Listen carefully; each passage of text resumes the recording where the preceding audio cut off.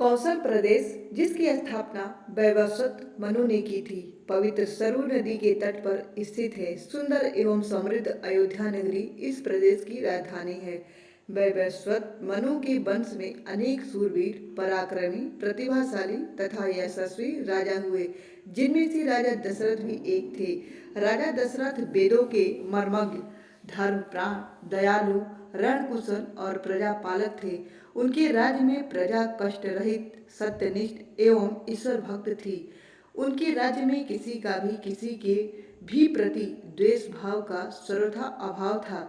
एक दिन दर्पण में अपने कृष्णवर्ण केशों के मध्य एवं श्वेत रंग के केश को देखकर महाराज दशरथ विचार करने लगे, अब मेरे यौवन के दिनों का अंत निकट है और अब तक मैं निसंतान हूँ।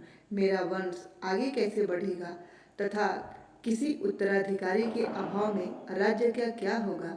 इस प्रकार विचार करके उन्होंने पुत्र प्राप्ति हेतु पुत्र येष्ठि यज्ञ करने का संकल्प किया। अपने कुलगुरु वशिष्ठ जी को बुलाकर उन्होंने अपना मंतव्य बताया तथा यज्ञ के लिए उचित विधान बताने की प्रार्थना की। उनके विचारों को उचित तथा युक्त जानकर गुरु वशिष्ठ जी बोले, हे राजन, पुत्र हेष्ट यज्ञ करने से अवश्य ही आपकी मनोकामना पूर्ण होगी, ऐसा मेरा विश्वास है। अतः आप शीघ्र अश्वमेध यज्ञ करने तथा इसके लिए एक सुंदर श्यामवर्ण अश्व छोड़ने की व्यवस्था करें।